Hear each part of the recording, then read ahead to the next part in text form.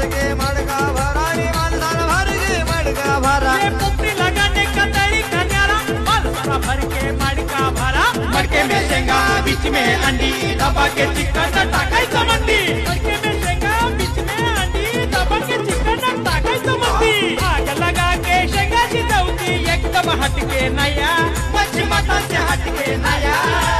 आया आया रे दादा पोपटी का सीझन